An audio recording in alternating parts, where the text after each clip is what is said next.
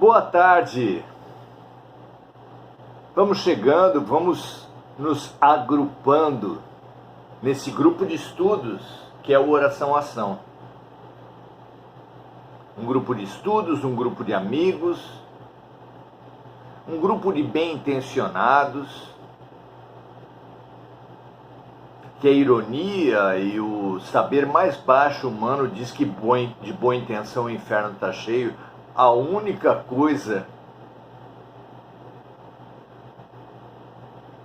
que é muito rara no inferno é a boa intenção. Sim, há sempre um bom intencionado nas regiões mais escuras do universo. E esse embaixador da luz está ali como olheiro, disfarçado. Segundo as obras de André Luiz, sempre há esse elemento nas regiões mais densas. Ninguém está abandonado por Deus. E esse olheiro tem essa função de observar as criaturas, de acompanhar, de buscar os sinais de amadurecimento, de arrependimento, de perdão, os sinais de mudança que todas as criaturas, em algum tempo da eternidade, apresentarão. E aí sim, nesse momento, informados por esse olheiro, por esse embaixador divino, missões socorristas vão a todos os lugares do universo, protegidas, disfarçadas, com estratégias muito bem montadas, para resgatar.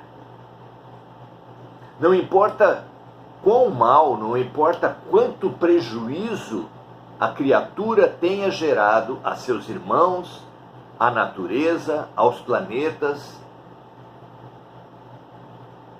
todos nós, absolutamente todos nós, nos encontraremos, nos arrependeremos, buscaremos o universo de Deus, o auxílio de Deus, o socorro de Deus, e Ele virá. Pergunta Jesus: qual é o pastor que não deixa 99 ovelhas em segurança e volta em busca de uma que estava perdida? Não é?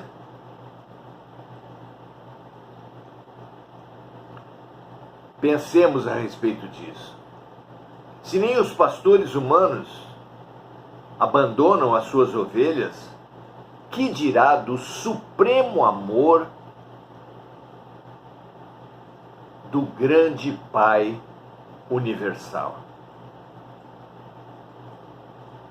Muito bom estarmos juntos, muito bom cultivarmos essa certeza de estarmos todos sob a proteção de Deus, não importa o que tenhamos feito. Que assim seja, que essa certeza acalente os nossos corações. Hoje,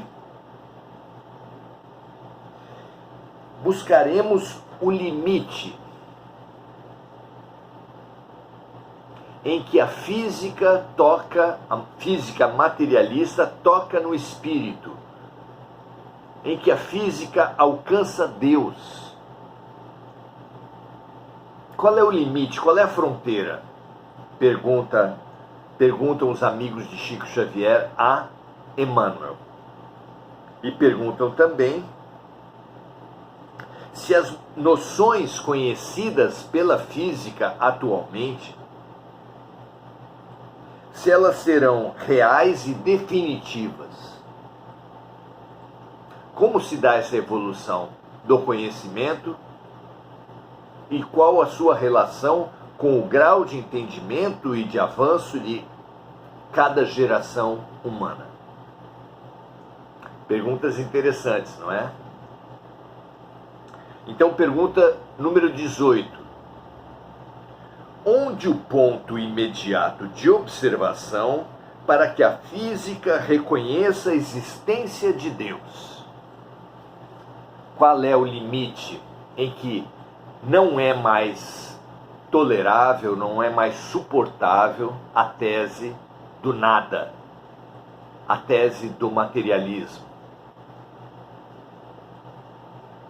Responde Emmanuel da seguinte forma: desde o ponto inicial das suas observações, a física é obrigada a reconhecer a existência de Deus em seus divinos atributos. Para demonstrar o sistema do mundo, o cientista não recorreu ao chamado eixo imaginário, que a Terra, o planeta, teria um eixo imaginário? Como assim? Uma bola de pedra teria um eixo? Existem polos, existe o magnetismo, que estabelece um equilíbrio do planeta Terra dentro do sistema solar. Pois vejam que palavras generosas e bonitas: equilíbrio, magnetismo, relação e harmonia mesmo entre os corpos ditos inertes.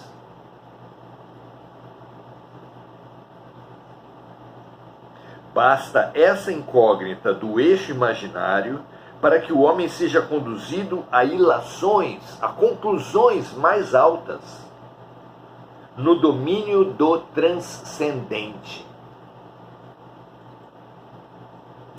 A mecânica celeste prova a irrefutabilidade da teoria do movimento. Tudo se move no universo. O planeta move-se na imensidade. A matéria vibra nas suas mais diversificadas expressões. Quem gerou o movimento? Quem forneceu o primeiro impulso vibratório no organismo universal? A ciência, muito depois dessas perguntas serem formuladas, elaborou a teoria do Big Bang, que todo o universo teria sido formado a partir de uma gigantesca explosão, o que explicaria parte do movimento universal, mas principalmente estar o universo em expansão contínua. Por que eu falei que a teoria do Big Bang explica apenas parte do movimento? Porque o universo não apenas se expande, o universo teceu, instituiu órbitas. Partículas estabeleceram órbitas em torno de estrelas e essas partículas se transformaram em planetas. Partículas menores estabeleceram órbitas em torno das órbitas planetárias e constituíram os satélites. E outras partículas atravessam sistemas solares em suas próprias órbitas e são chamados cometas, por exemplo. E essas trajetórias, essas órbitas sobre órbitas, já não obedecem mais a uma simples expansão universal. Como é possível explicar que o nada, que a matéria inerte, poderia estabelecer por si só um sistema planeta e satélites há planetas que têm diversos satélites, e esse sistema planeta-satélites não apenas constituírem uma harmonia estável, mas evolua, orbite ele mesmo, sistema planeta-satélites, em torno de uma estrela. E como compreender que o nada, a matéria inerte por si só, estabeleça sistemas de sistemas com bilhões de estrelas orbitando em torno de um centro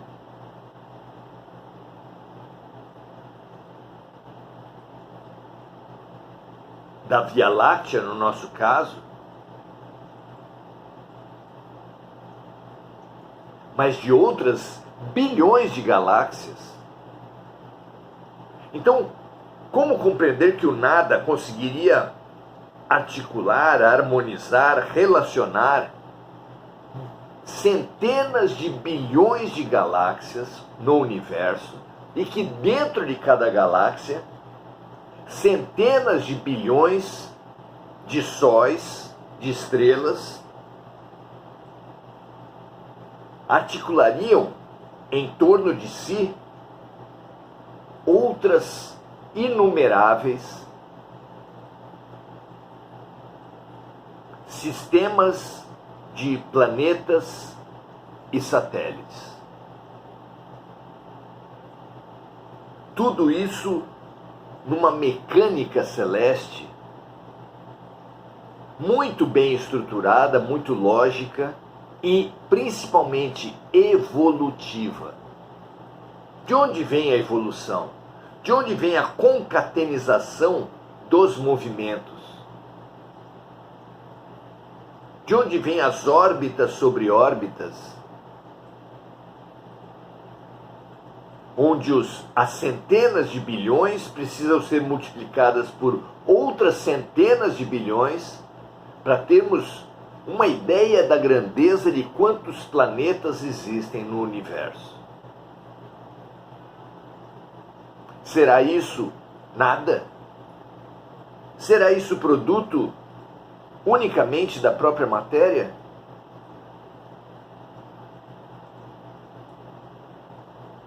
Difícil imaginar isso, já que a nossa própria mente não consegue abarcar essas inumeráveis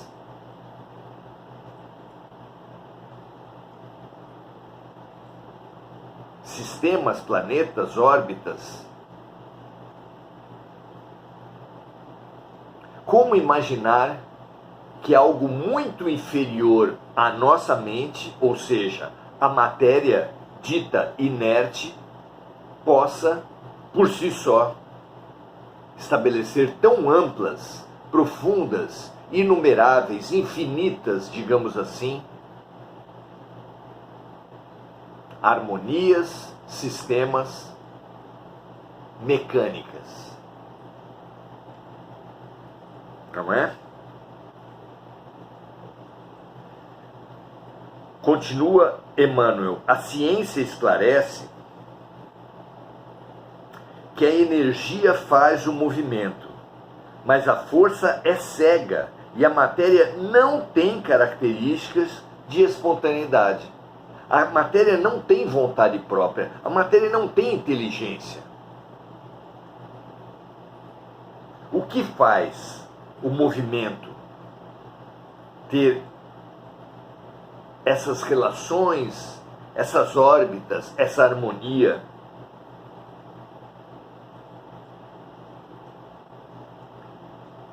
Responde o próprio Emmanuel no parágrafo final dessa pergunta: só na inteligência divina encontramos a origem de toda a coordenação e de todo o equilíbrio, razão pela qual, nas suas questões mais íntimas, a física da Terra não poderá prescindir da lógica de Deus.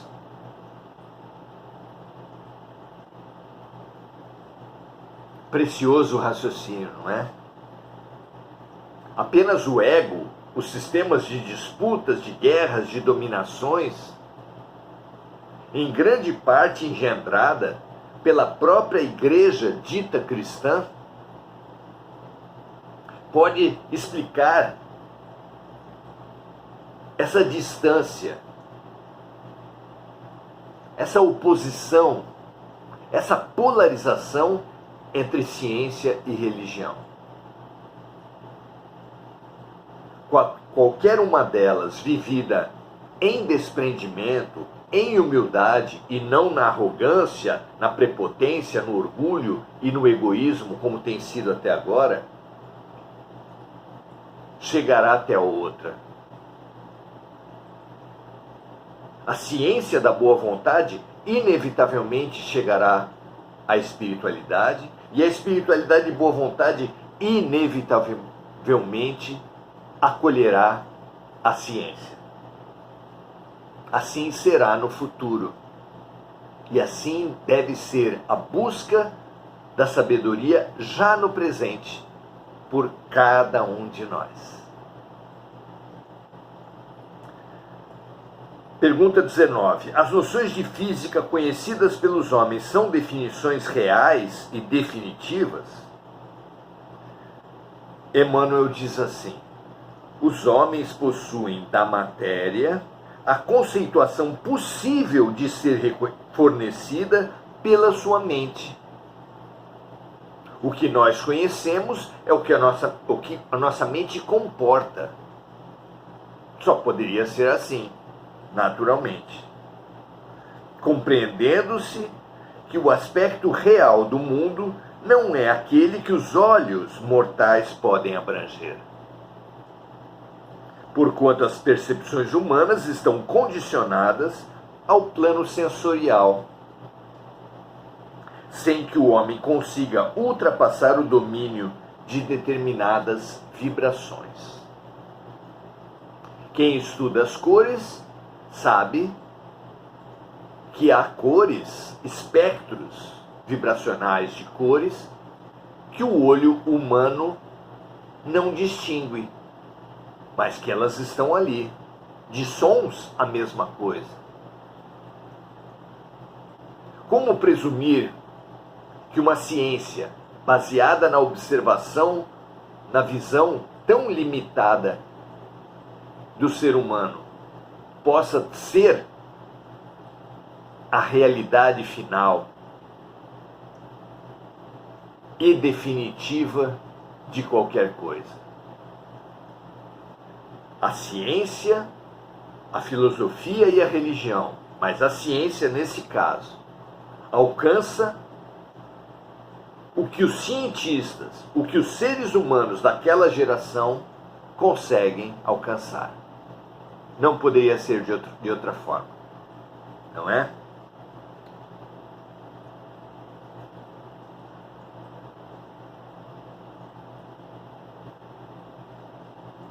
Mergulhadas nas vibrações pesadas dos círculos da carne, as criaturas têm notícias muito imperfeitas do universo, em razão da exiguidade dos seus pobres 5 sentidos.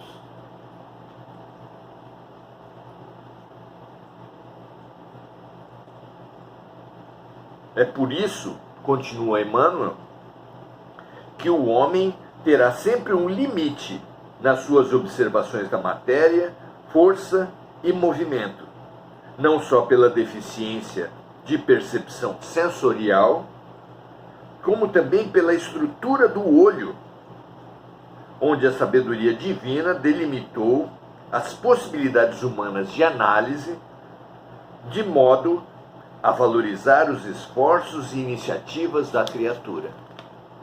Vemos o que podemos ver com os olhos humanos, e do que vemos, tiramos as conclusões que a nossa mente consegue abarcar. Portanto, todo conhecimento que uma criatura detém em determinada época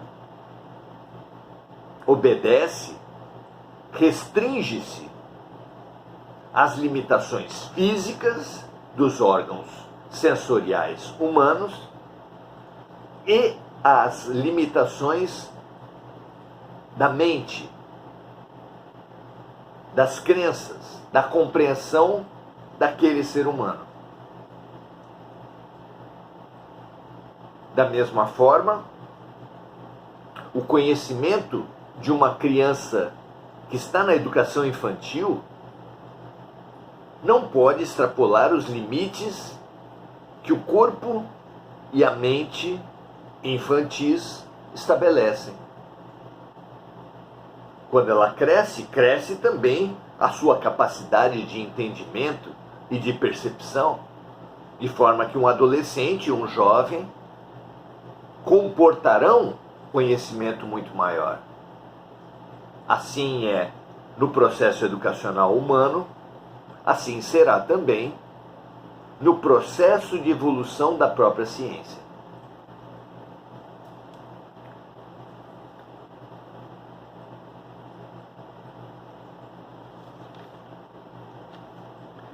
Parece até óbvio que seja assim. Nenhum conhecimento poderá ser final e definitivo, mas sempre relativo ao estágio de desenvolvimento físico e mental, material e espiritual dos seres humanos que estão à frente deles. Não busquemos propriedades absolutas naquilo que é relativo. Aprendamos a dar a César o que é de César e a Deus o que é de Deus. E entender que todo o conhecimento científico humano, e mesmo o conhecimento religioso, correspondem à verdade e à realidade possíveis para aquele estágio de desenvolvimento. Não há por que guerrear, lutar, pretender uma verdade absoluta, nem na educação infantil, nem no ensino fundamental, nem no ensino médio, nem mesmo no ensino superior. Porque é da natureza do processo de aprendizado que será dado a cada um de acordo com a sua necessidade e de acordo com a sua possibilidade.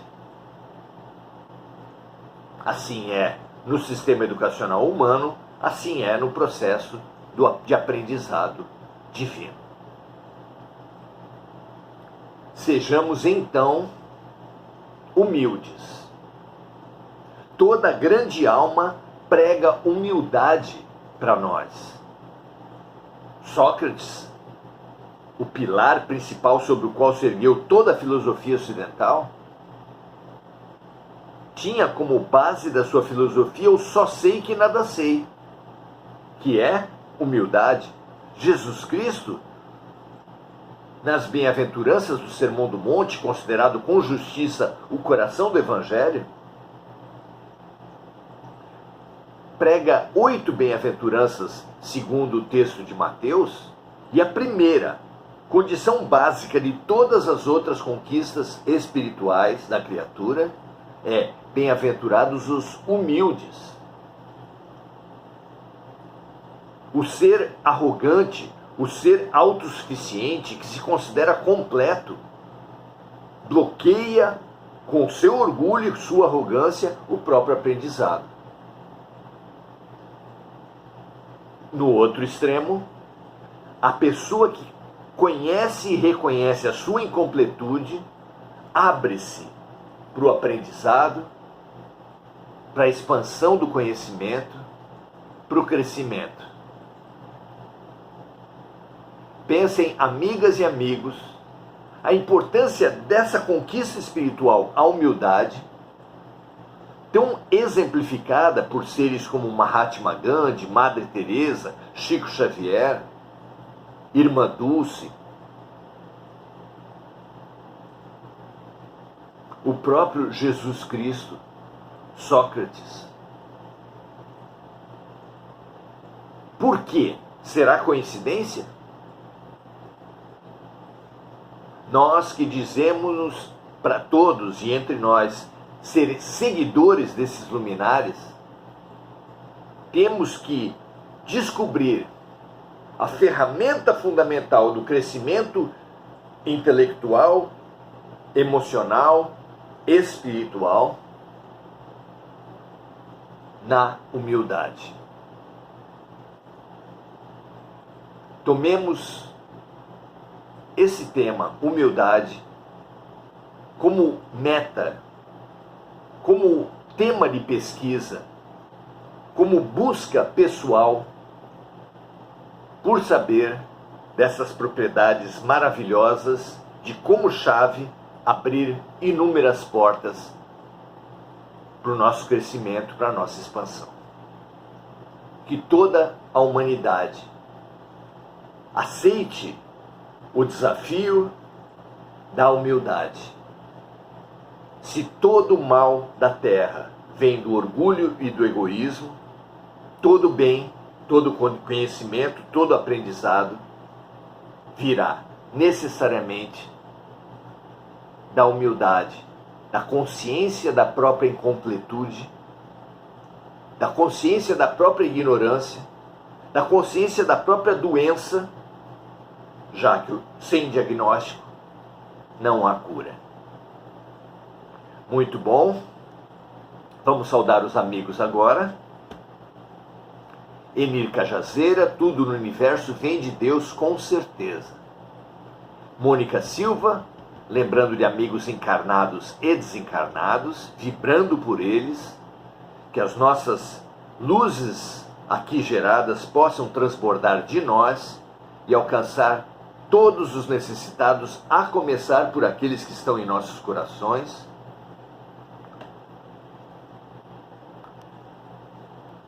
Mônica Silva lembrando então de amigos encarnados e desencarnados. Enir Cajazeira vibrando pela saúde do seu filho, que ele receba nossas melhores energias. Adelaide Dias e todos os amigos que assistiram e que não colocaram seus nomes aqui ao vivo, e todos os amigos que assistirem, colocarem aqui sua saudação, suas observações, e aqueles que também não colocarem já no estágio de gravação. Compartilhem, amigas e amigos. Tudo que é de bom precisa ser expandido, especialmente num momento de escuridões, ódios, polarizações profundas como esse que nós estamos vivendo. Sejamos nós aqueles que atuam pela união, pelo perdão, pelo amor, através da ferramenta fundamental da humildade. Graças a Deus e até amanhã.